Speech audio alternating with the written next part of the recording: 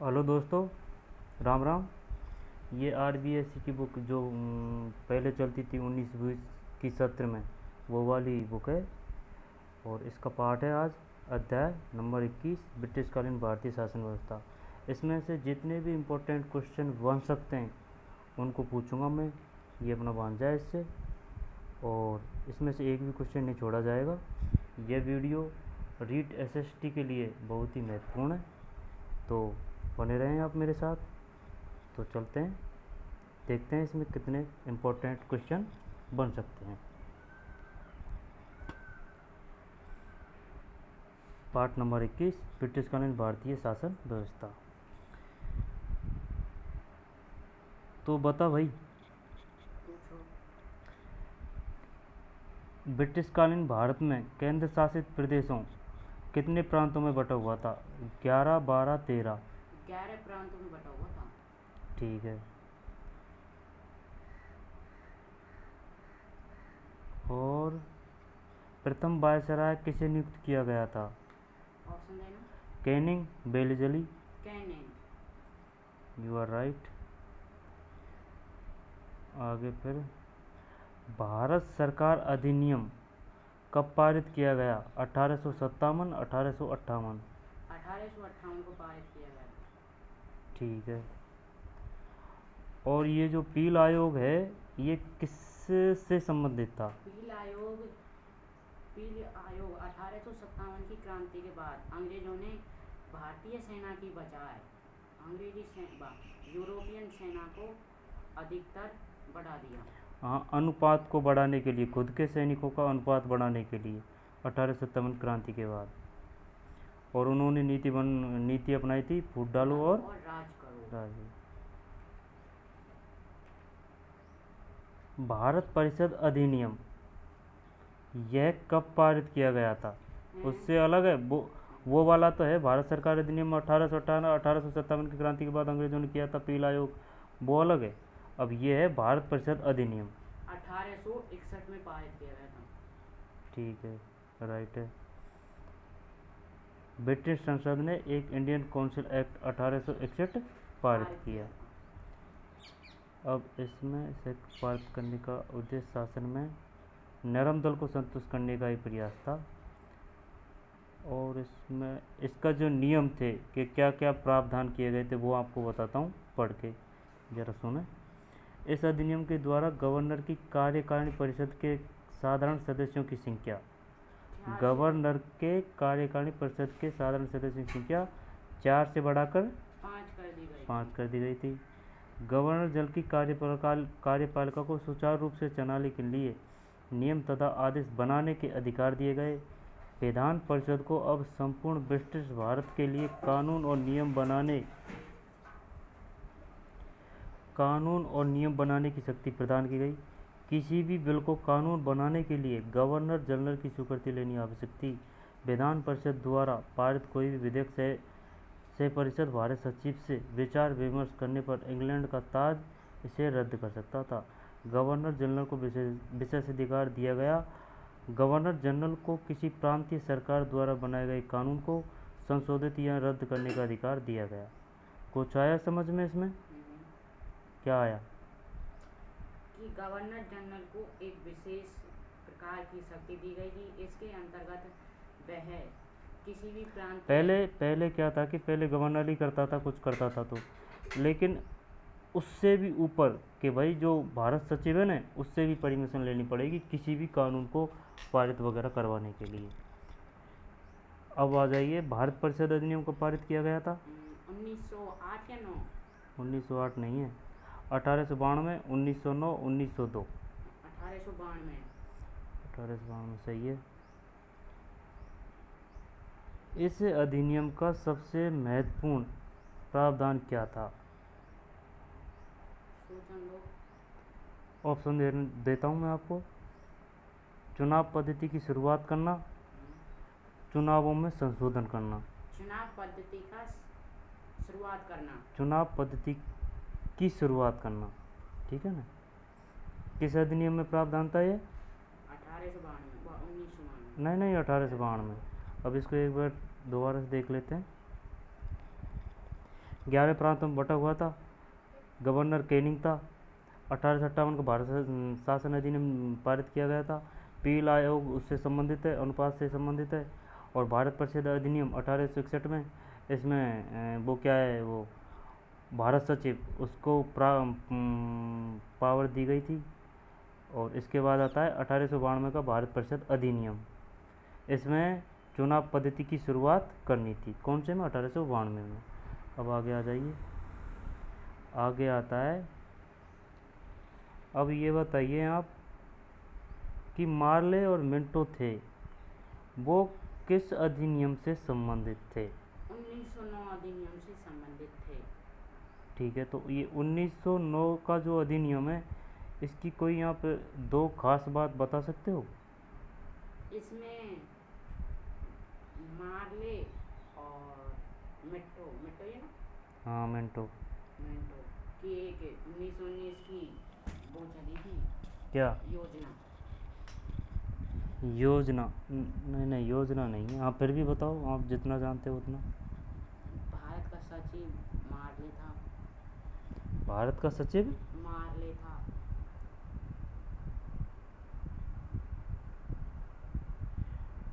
नहीं, इसका मेन उद्देश्य क्या था? मेन उद्देश्य क्या था? कुछ भी आता हो इसके बारे में आप वो बता दो। ना इसमें फूट डालो राज करो की नीति अपनाई थी। और दूसरा इनका मेन जो था वो ये था, इस अधिनियम द्वारा मुसलमानों के लिए पृथक मताधिकार तथा पृथक निर्वाचन क्षेत्रों की स्थापना की गई। यानी कि उनको अलग अधिकार दे दिया है, जैसे कि अलग आरक्षण दे दिया जाए। ठीक है ना? बता देता हूँ आपको। इसके जन्मदाता भारत सचिव मार्ले तथा गवर्नर जनरल लॉर्ड मिंटो था। ये भी क्वेश्चन आ सकता है कि भारत सचिव कौन था, मार्ले था या मिंटो था? मार्ले सचिव था, है ना। और गवर्नर जनरल था मिंटो। तो गवर्नर जनरल नीचा किसके अंडर आता है? सचिव के। तो मार्ले सचिव था और मिंटो गवर्नर जनरल। और इसमें फूट डालो राज करो की नीति, यानी कि मुसलमानों को अलग वो दे दिया जाता है भाई। ये मार्ले मिंटो है, ये हरामी आदमी थे। 1919 का भारत सरकार का अधिनियम।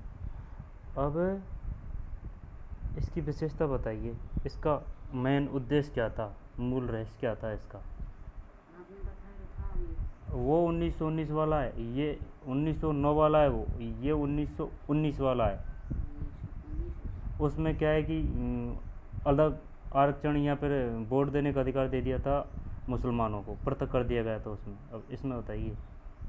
ऑप्शन दे दो। ऑप्शन? यार ऑप्शन क्या दूँ इसमें?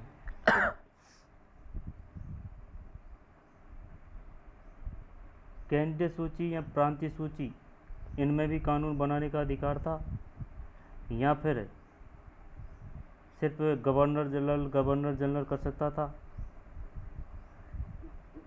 प्रांतीय सूची और देसी। चल मैं बता देता हूँ पढ़ के आपको। इस अधिनियम को लागू कर ब्रिटिश सरकार यह चाहती थी कि भारत के एक प्रभावशाली वर्ग को अपना समर्थक बना लिया जाए। भारत सचिव को भारत सरकार से जो वेतन मिलता था, इस अधिनियम द्वारा अब अंग्रेजी कोष से मिलना तय किया गया। यानी कि जो पैसा मिलेगा ना, जो भारत सरकार से, यानी अपने देश से जाएगा न तय किया। विषयों को निम्नलिखित रूप से केंद्र तथा प्रांतों में बांट दिया गया। ये अब भी है अपने वर्तमान में, जैसे कि प्रांतीय सूची, समवर्ती सूची, राज्य सूची, प्रांतीय सूची है ना। तो केंद्रीय सूची के मुख्य विषय विदेशी मामले, रक्षा, डाकता, सार्वजनिक वितरण आदि। और प्रांतीय सूची के मुख्य विषय स्थानीय स्वशासन, शिक्षा, चिकित्सा, भूमि कर, आकार, सहायता आदि थे। इस अधिनियम को कोई किस दूसरे नाम से जाना जाता है? मोंटेस्क्यू चेम्सफोर्ड सुधार, या फिर मोंटेस्क्यू सुधार योजना? पहला ऑप्शन। मोंटेस्क्यू चेम्सफोर्ड सुधार के नाम से जाना जाता है। यानी कि केंद्रों में, प्रांतों में, दोनों में कानून बनाया जा सकता है इसके द्वारा। किसके अधिनियम के द्वारा? 1919 अधिनियम 1919 के द्वारा। और पहले वाला में आरक्षण की वो सिस्टम किया था, सांप्रदायिक विभेदन किया गया था। केंद्रीय सूची के मुख्य से प्रांतीय सूची के मुख्य से। अब इसको बता, यही है ना इसमें, विषयों को निम्नलिखित रूप से केंद्र तथा प्रांतों में बांटा गया था, है ना भाई। ये 1919 का हो गया। ये बहुत ही इम्पोर्टेंट है। 1909 का अधिनियम, 1919 का अधिनियम, 1935 का अधिनियम। ये चाहे छोटी से एग्ज़ाम लो चाहे बड़ी से बड़ी एग्ज़ाम लो, उससे भी उनमें से भी क्वेश्चन आता है। 1935 में क्या होता है? आप बताइए इसके बारे में। विषयों में बांटा गया था शायद। इस अधिनियम के तहत बर्मा को भारत से पृथक कर दिया गया और केंद्रीय सरकार की कार्यकारिणी पर गवर्नर जनरल का नियंत्रण था। केंद्रीय विधानमंडल में 2 सदन थे। कौन कौन से सदन थे? केंद्रीय सदन और प्रांतीय सदन। नहीं, प्रांतीय तो नहीं आ रहा है इसमें ना। केंद्रीय ना, संघीय सभा, राज्यसभा या फिर प्रांतीय सभा? केंद्रीय, पहला ऑप्शन। राज्यसभा कि संघीय सभा? नहीं। दोनों ही थे, संघीय सभा भी राज्यसभा भी। ठीक है ना। अब इसको बता देता हूँ आपको, ज़रा ध्यान देना। राज्यसभा 1935 वाले अधिनियम की बात है। इसे उच्च सदन कहा गया। यह एक स्थायी संस्था थी। राज्यसभा में कुल 260 सदस्यों का प्रावधान था। इनमें से 104 सदस्य देशी रियासतों से तथा शेष 156 प्रतिनिधि ब्रिटिश प्रांतों के थे, जिनमें से 1/3 वर्ष बाद अवकाश ग्रहण कर लेते। उनकी जगह यह सदस्य चुने। चलो अब ये पढ़ा है ना, इसमें से बता, ब्रिटिश प्रांतों से कितने प्रतिनिधि थे? 156 या 256? 156। और राज्यसभा में कुल कितने सदस्य थे? 260।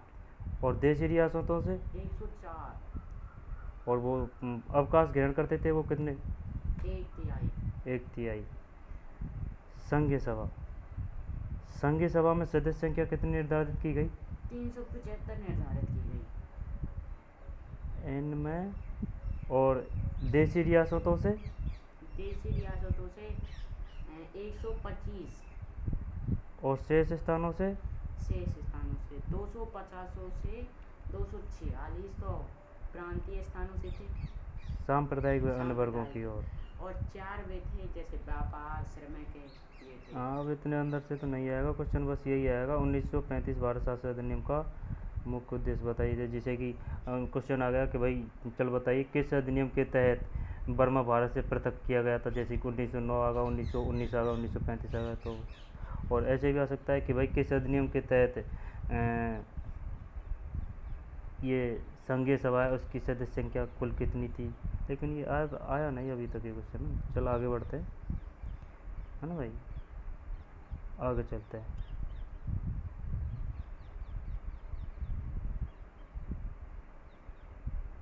तीन सूची होगी, कौन कौन सी हो गई? संघ सूची, प्रांतीय सूची और हाँ, ये क्वेश्चन आएगा।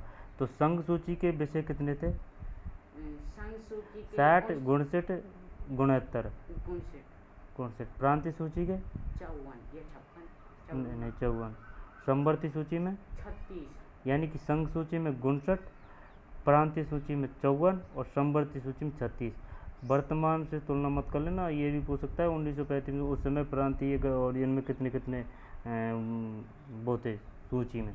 तो संघ में कितने? 59। प्रांतीय सूची में 54 और समवर्ती सूची में 36। संघीय सूची ये तो पढ़ लिए अपन ने। संघीय सूची में डॉक्टर रियाय और प्रांतीय सूची में व्यय और समवर्ती सूची सूची में विवाह, तलाक, उत्तराधिकार, दत्तक ग्रहण, ट्रस्ट वगैरह वगैरह। ट्रस्ट का होगा?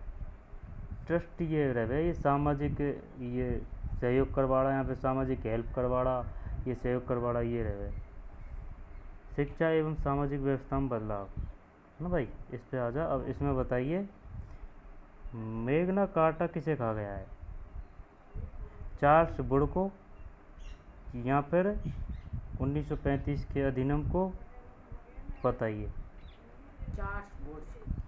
अब अगला आ रहा है ब्रिटिश शासन का भारतीय समाचार पत्रों पर प्रभाव। ठीक है ना भाई, ये तो बता दिया। मेग्ना कार्टा किसे कहा जाता है? चार्ल्स वुड के डिस्पैच। ये कब पारित किया गया था? 1853, 1854, 1855? 1854। सही है।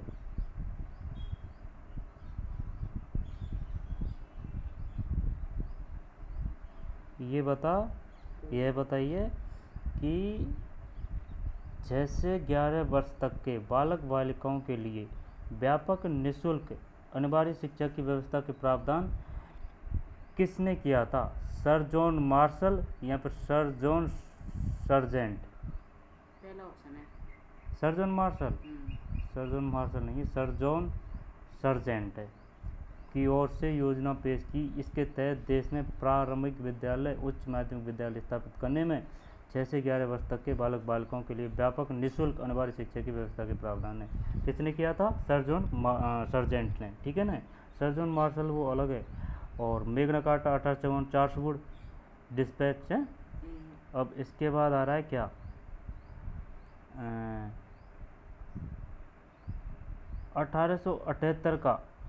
1878 में कौन सा एक्ट पारित किया गया था जो समाचार पत्रों से संबंधित था? वर्नाकुलर प्रेस एक्ट लागू किया गया। इसमें क्या प्रावधान था? इसमें यह प्रावधान था कि सरकार के विरुद्ध कोई भी ऐसी कार्रवाई, मतलब कोई भी ऐसी हेल्पलाइन नहीं लिखी जाएगी जिससे कोई भी ऐसी सामग्री नहीं छापेगा जो सरकार विरोधी हो। यह इतना अधिक खतरनाक था कि इसने देसी भाषा के समाचार पत्रों की स्वाधीनता प्रतिबंधी लगा दिया, यानी पाबंदी लगा दी पूरी। तो 1878 का क्या है? Vernacular press act.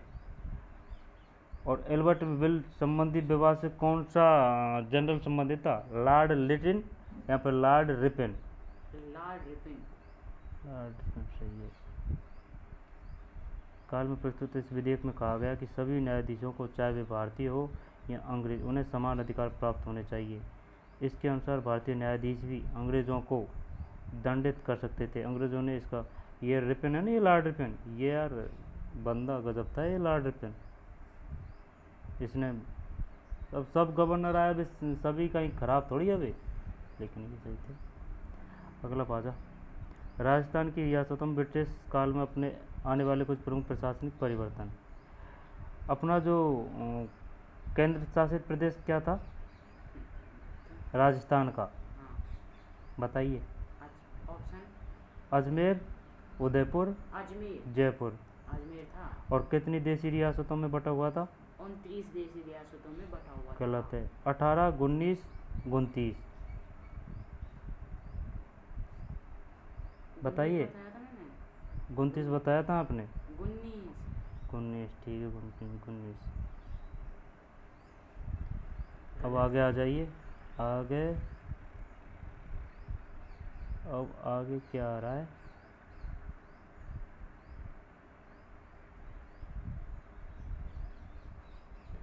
इसके 2 न्यायाधीश अपील सुनते थे और 2 न्यायाधीश फौजदारी मुकदमों की सुनवाई करते थे।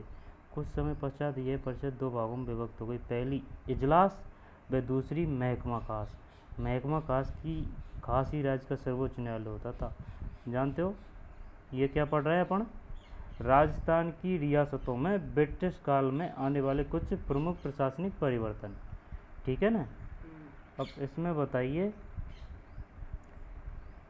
जयपुर, यार इतने अंदर से तो नहीं आएगा ना, लेकिन अगर ये आ सकता है कि भाई इजलास एवं महकमा खास किससे संबंधित है, तो न्यायालय से संबंधित है, जिसे कि महकमा खास ही राज्य का सर्वोच्च न्यायालय होता था, यानी कि न्यायालय का विभाग थे, ठीक है ना।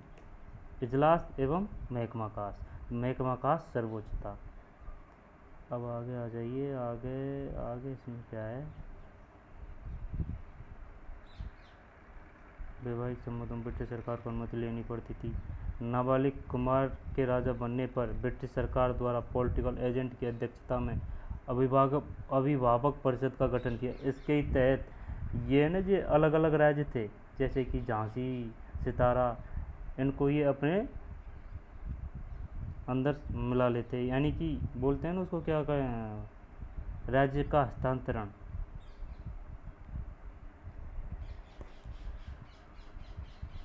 बीकानेर रियासत में शक्ति प्रतिकरण सिद्धांत के आधार पर न्याय व्यवस्था लागू की गई। अब आएगा ये क्वेश्चन, तो इसमें क्या बताओगे आप कि भाई ऐसी कौन सी रियासत थी जिसमें शक्ति प्रतिकरण सिद्धांत बनाया गया था? बीकानेर की रियासत, यहाँ पर व्यवस्था की गई थी, तो बीकानेर रियासत।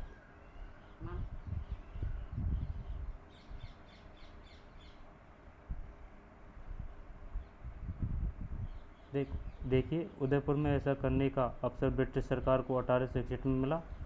जयपुर राज्य के उपरांत उदयपुर, जोधपुर, कोटा व बीकानेर राज्यों को अंग्रेजी कानून लागू किए गए। बीकानेर रियासत में शक्ति पृथक्करण सिद्धांत के आधार पर न्याय व्यवस्था लागू की। यहीं पर 1922 में उच्च न्यायालय के अनुरूप मुख्य न्यायालय स्थापित किया गया। कहाँ पे किया गया? ऑप्शन बीकानेर दे रखा है, लेकिन बाद में जब देश को और राजस्थान को विभाजित हो गए ना, जब अजमेर अरवन में दे दे। अब तो लगभग में इसके सारे क्वेश्चन हो गए पूरे। अब बस ये आ सकता है कि भाई अभिभावक परिषद का गठन किया गया था किस कानून के अधिनियम के तहत? 1858 वगैरह के अधिनियम तहत। 1861 में जयपुर राज्य के उपरांत ये जयपुर, जोधपुर, कोटा, बीकानेर में अंग्रेज कानून लागू किए गए। शक्ति पृथक्करण का बीकानेर में। अब इसके आगे इसके अधीन नाजिम तहसीलदार, न्यायिक तहसीलदार, गिरदावर, पटवारी आदि कार्य करने लगे। मेयो कॉलेज ये आ सकता है। मेयो कॉलेज किस ज़िले से संबंधित है? अजमेर के जिले से। अब ये क्या काम आता था? जैसे संस्कृत की शिक्षा के लिए या फिर इंग्लिश मीडियम? हाँ, अंग्रेजी शिक्षा के लिए। अंग्रेजी इंग्लिश मीडियम होते थे बहुत। अब भी ये बहुत सुविधा संपन्न स्कूल होते हैं। अजमेर में राजकुमारों को शिक्षित करने के लिए, ठीक है ना। हाँ, तो ये हो गया अपना शक्ति पृथक्करण का सिद्धांत। शक्ति पृथक्करण का सिद्धांत का अर्थ जानते हो आप? मैं बताता हूँ। सरकार की शक्तियों को अलग अलग संस्थाओं में बांट देना ताकि कोई एक संस्था हावी होकर विधि विरुद्ध काम नहीं कर सकते, यानी शक्तियों को विभाजित कर देना, शक्तियों का पृथक्करण कर देना। शब्दावली। परगना किसे कहते हैं? परगना उसे कहते हैं ग्राम के ऊपर की इकाई। ग्राम पंचायत के ऊपर की प्रशासनिक इकाई परगना। समवर्ती सूची, उसमें समवर्ती सूची वो है, उसमें केंद्रीय सूची और प्रांतीय सूची दोनों कानून बना सकती है। प्रांतीय और राज्य अलग अलग है या फिर एक ही है? ये फिलहाल तो ये अंग्रेजों ने बांट रखे थे, केंद्रीय, राज्य और प्रांत, ठीक है ना। लेकिन इसमें ये प्रांत नहीं दे रखा है। समवर्ती सूची करता है ऐसे विषयों की सूची जिन पर केंद्र व राज्य दोनों कानून बना सकते हैं। कौन कौन? केंद्र व राज्य दोनों। शक्ति पृथक्करण, शक्तियों का विभाजन करना, अभी ये अपने ऊपर पड़ा था। तो परगना का मतलब क्या है? ग्राम पंचायत के ऊपर की प्रशासनिक इकाई। समवर्ती सूची क्या है? ऐसे विषयों की सूची जिन पर केंद्र व राज्य दोनों कानून बना सकते हैं। शक्ति पृथक्करण, शक्तियों का विभाजन करना। भारत के प्रथम वायसराय थे, जल्दी बता। कैनिंग। संघीय न्यायालय की व्यवस्था किस अधिनियम के तहत की गई थी? संघीय न्यायालय, बता सकते हो आप? वो अधिनियम था ना, वो कौन सा था वो? चल जाने दे, देख लेंगे बाद में। लॉर्ड मिंटो की सांप्रदायिक निर्वाचन पद्धति का जन्मदाता क्यों कहा जाता है? देश शासन से आप क्या समझते हैं? देश शासन वाला कौन सा अधिनियम था? 1919 वाला या फिर 1935 वाला? 1919 वाला। और केंद्र राज्यों में जो लागू करने वाला अधिनियम था कि केंद्र राज्य प्रांतों में भी लगेगा, वो 1935 वाला था। पील कमीशन वो था, पील कमीशन वो था जिसमें कि अनुपात केंद्र और 1935 में तो बर्मा को अलग किया था। हाँ, बर्मा को। ब्रिटिश सरकार द्वारा राजस्थान की रियासतों में अभिभावक परिषद का गठन क्यों किया? ये आ गया ना क्वेश्चन। और ये क्वेश्चन भाई साहब बन सकता है बढ़िया कि अभिभावक परिषद का गठन किस जिले में किया गया था? अजमेर नहीं, बीकानेर। अभिभावक परिषद है वो वाला। ठीक है, तो अब इसको एक बार फिर की निगाह से देख लेते हैं जल्दी जल्दी। 11 प्रांत, कैनिंग गवर्नर, 1818 का अधिनियम, फील कमीशन, फूट डालो राज करो, 1861 का भारत परिषद अधिनियम, 1892 का भारत परिषद अधिनियम, चुनाव पद्धति की शुरुआत करनी थी, ये मेन उद्देश्य था इसका। और 1809 का मार्ले सचिव था और मिंटो गवर्नर जनरल था। इन्होंने फूट डालो राज करो की और सांप्रदायिक निर्वाचन पद्धति का जन्मदाता कहा जाता है मार्ले मिंटो को। 1919 का भारत शासन अधिनियम, इस अधिनियम द्वारा प्रांत में लागू की गई शासन व्यवस्था को द्वैत या दोहरा शासन कहते हैं। अब प्रांतों में आंशिक उत्तरदायी सरकार की स्थापना हो गई, केंद्रीय प्रांतीय ये आ गया। और 1935 का भारत शासन अधिनियम, इसमें भारत से पृथक कर दिया केंद्रीय सरकार की कार्यकारिणी पर गवर्नर जनरल का नियंत्रण था। केंद्रीय विधानमंडल के 2 सदन थे, राज्यसभा और संघीय, इसमें ये सदस्य थे ना, ये आएगा नहीं। है ना। संघीय सूची में कितने क्या क्या आते हैं, प्रांतीय सूची में क्या क्या आते हैं, संवर्धित सूची में क्या क्या आते हैं, जैसे कि दीवानी, फौजदारी वगैरह वगैरह। संघीय सूची में उस समय थे, वर्तमान के लगे उस समय के थे ब्रिटिशकालीन 59 विषय। प्रांतीय सूची में 54, यानी संघ सूची में 59, प्रांतीय सूची में 54 और संवर्धित सूची में 36, यानी 59, 54, 36, 59, 54, 36। ठीक है। और चार्ल्स वुड डिस्पैच, जिसको मैग्ना कार्टा कहा जाता है, 1854 में संबंधित है। 6 से 11 बालक बालिकाओं के लिए सर जॉन सार्जेंट ने अधिनियम पारित किया गया था, शिक्षा व्यवस्था के प्रदान किए गए थे। इसके बाद में 1818 का vernacular tax act, Albert Wilson Ripon, इसमें कहा गया था कि हिंदुस्तानी और जो भी मुस्लिम,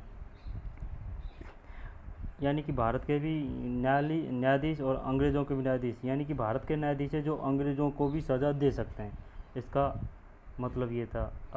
देख लो, लॉर्ड रिपन के काल में प्रस्तुत इस विधेयक में कहा गया कि सभी न्यायाधीशों को, चाहे वे भारतीय हो या अंग्रेज हो, यानी कि उन्हें समान अधिकार प्राप्त होने चाहिए। इसके अनुसार भारतीय न्यायाधीशों भी अंग्रेज़ों को दंडित कर सकते थे, यानी कि अंग्रेज़ों को भी। ठीक। और 19 रियासतें थी। अब इजलास और महकमा खास, ये दो भाग थे। ठीक है ना। इसको 2 न्यायाधीश अपील सुनते थे, न्यायाधीश फौजदारी मुकदमे की सुनवाई करते। और इसमें है नहीं, आगे चलते हैं। अभिभावक परिषद बीकानेर आ गया, है ना। शक्ति पृथक्करण सिद्धांत, पॉलिटिकल एजेंट के अध्यक्षता में अभिभावक परिषद का गठन, और बीकानेर में शक्ति पृथक्करण। और 1922 में उच्च न्यायालय, 1930 मेयो कॉलेज अजमेर से संबंधित है। और भारत के प्रथम वायसराय लॉर्ड कैनिंग, सांप्रदायिक निर्वाचन, vernacular press act. Vernacular press act किस अधिनियम से संबंधित है? ऑप्शन देना। अभी तो पूछा था यार, वर्नाकुलर प्रेस एक्ट।